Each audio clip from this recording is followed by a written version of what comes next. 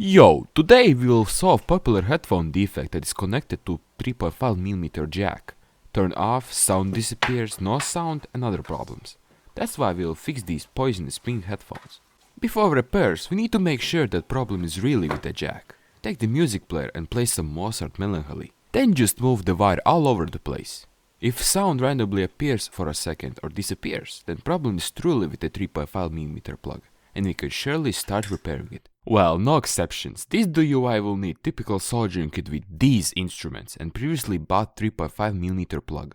One thing is that there are a lot of 3.5mm variants. If you're using headphone amplifier, then 1/4 inch or 6.35mm jack can also be soldered. There's no real difference. It's even easier to solder them because they are much larger. Operation begin. Cut off the damaged plugin, then put on the plugin's housing because it will be impossible to do it later. Then prepare the wire for soldering. Carefully remove the rubber cover without damaging the vanes. Divide all metal vanes to make soldering them easier. Then cut off the unneeded cloth vane. Then solder the existing wires and cut off the spare lengths. And here are the prepared wires. Then put the headphones in your head and with multimeter check which wire is right and left. Usually the red one is right. Also second jack contact and green colored is left. First contact and transparent lacquer wires third contact aka ground. But of course it's safer to check because not all manufacturers are the same. When you found out something, take the plug-in and cover it with tin to make it easier to solder. Now the most important part. Soldering the wires to new nozzle.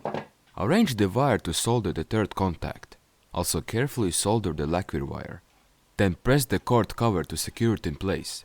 Then carefully solder the wire, the second contact, and the green wire aka first contact. The result should be like this. Then cut off about 5mm long thermotube, stretch it so you can put it over the nozzle, and then we put it over the nozzle.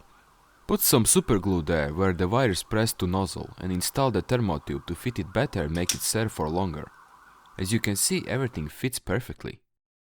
Take the nail polish and isolate the contacts. Then also cover nozzle construction with superglue and screw together our new nozzle tightly. And here's the result, new nozzle and working headset. And everything is done. Or is it? Let's do another upgrade to make these headphones serve for longer. Cut the thermotube that is a little bit longer than nozzle construction and stretch it to make it go over the construction and just put it over. Then put some superglue right next to nozzle and a little bit on the wire. Install the thermotube till the end of the metal nozzle. Then fuse it from the wire's side, but don't damage the wire. And boom shakalaka, here's the result. Of course, black tubing can also be placed with pink. Wire is fixed very nicely, and if headphones are used carefully, they will survive for a long time. I will be waiting your comments about your success or problems. Thanks for watching, don't forget to leave a like and subscribe to see how to fix 4-contact nozzle that comes with microphone and control button. Ciao!